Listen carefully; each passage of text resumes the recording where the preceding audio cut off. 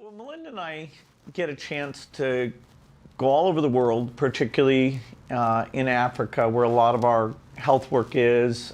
We go into a lot of classrooms where our education work is. And so every year we try to think, okay, what would other people be interested in terms of new innovations, things that are going well, going poorly. This year we framed it as surprises. Right. So I was studying the population growth in different countries and the age pyramid in different countries. And so, I'm finally seeing some good technology used in the classroom to try and let the teacher focus in on really talking to the students and not just grading the homework. So that was another one. And it is actually quite a diverse set of things that we've made our surprise list. Tesla's an amazing product that is catching on, but it's still a pretty small percentage of the market. It's a premium price vehicle, and they lost their $7,500 tax credit, so it's making it tougher. Now, a ton of the other manufacturers are going to come in, partly because of the California zero emission, and partly because people see these trends. There'll be a lot of really great electric cars to choose from. Now, will it get down to the volume price categories? And then, for transportation, it's not just automobiles. We've got trucks, we've got, trains, boats, planes. And so, solving the entire transport sector isn't going to be easy. Transport is hard, industrial is hard.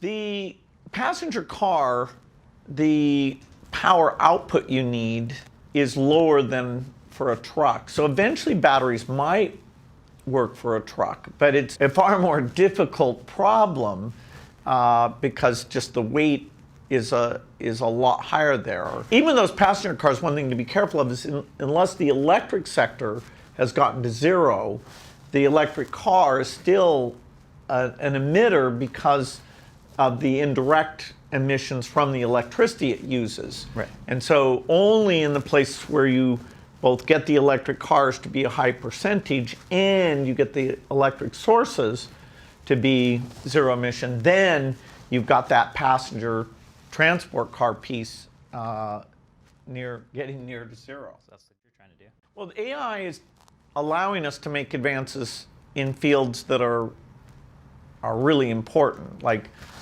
understanding the biology of the human body. It's super complicated. And so if you look at all the data you gather, because the sensors are getting better, trying to understand, okay, how do we help people with obesity? How do we take cancer? Where is the point you want to interfere? Even the one that's really difficult is the brain is so complicated that we don't have drugs for Alzheimer's and Parkinson's. And so if we want to not just people live longer, but them to live really quality years and not have the medical costs be expanding, that's an area AI, people feel like, yeah, I'm not against. What'd you say? Yeah,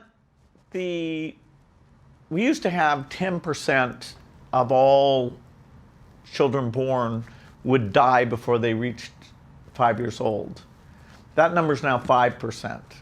And with the right innovations, we can get it by 2030 to 2.5%. So we've gone from 12 million we're dying to now 6 million. And so it's every year 6 million lives saved. All these things are tricky because you don't want to say to people that we shouldn't be mad about the remaining problem. Right. So saying to people, hey, feel good about the progress and still, be mad that 6 million are still dying, that's an interesting dichotomy. Massive amount of work. In a broad way, the work has gone so well on global health, better than we expected. Okay. And the innovation in science that will give us new tools like an HIV vaccine, a malaria vaccine. So in my lifetime, I hope the whole issue of these diseases that are tough in poor countries, mostly infectious diseases, we can essentially solve those problems. We're close on polio eradication. When I look at politics, I have to admit that there's some trends in terms of what trust people have or how they're polarized. I do worry about that. That's not a deep area. I don't bring, unlike the biology where I get to study it and see it, I'm on the same footing as everybody and seeing these political trends. But yes, there are things that I do worry about. But overall, the human condition, our ability to feed, prevent disease, help people live an enjoyable life, we are making great progress on those things. So as long as we stay committed to them, that it makes me love the work and remain optimistic.